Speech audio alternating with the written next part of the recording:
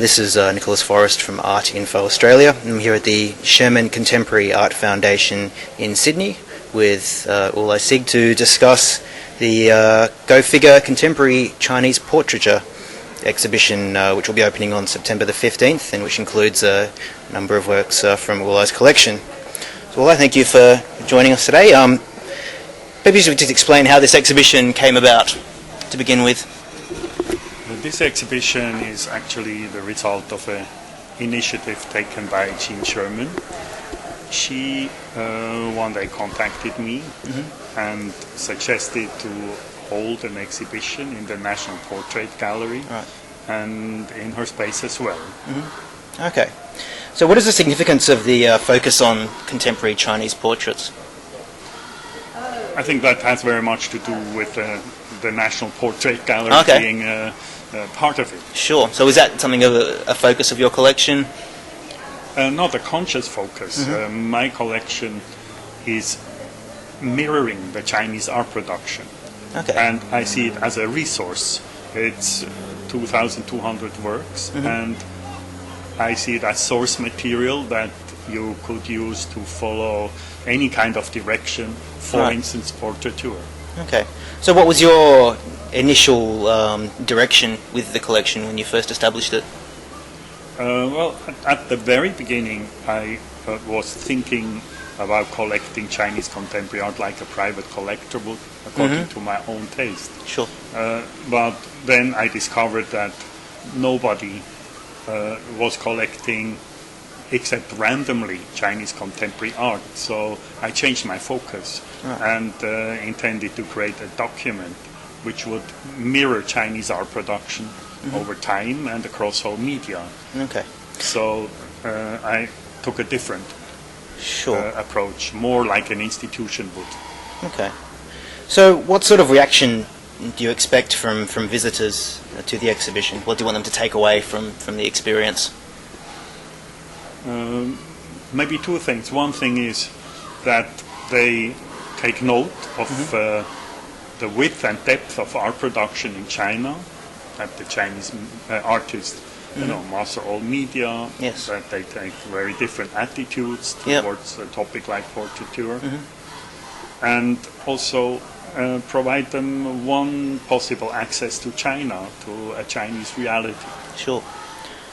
So do you think the Chinese artists have a different perception of portraiture to perhaps that of Western artists? Not necessarily. You can also read from the exhibition that their approach or that their approaches are many. But of course, in China, portraiture or the human figure has had much more importance over the last decades than in the Western world. In fact, the whole education system very much is based on realism, and that includes prominently the human figure. Okay. So you recently announced you were going to donate your collection to a museum. What prompted that decision? When I changed my focus, as I described earlier, to collect like an institution would, to create this document of Chinese art. At the same time, I took the decision to one day bring it back to China, where it makes most sense. Okay. It should be seen by the Chinese public who does not really know its contemporary art. Right. And yes, Hong Kong is China, so I looked at several institutions, Beijing, Shanghai, Hong Kong, but I found in Hong Kong the conditions to be best suited to show the collection. Okay. So did you consider perhaps opening a museum of your own to house the collection? I never considered that because I'm a believer in the public institution. Private museums, of course many of them successful, we like what we see, but I think the public memory belongs into a public institution. Otherwise, we may be subject to a personal taste of a collector or of some eclectic type of collection. So I think over the long term, the public institution will prevail. Okay.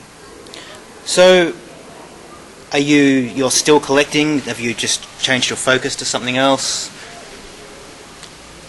I still continue to collect Chinese contemporary art. Occasionally I collect other Asian art, or from time to time I collect a piece of Western art.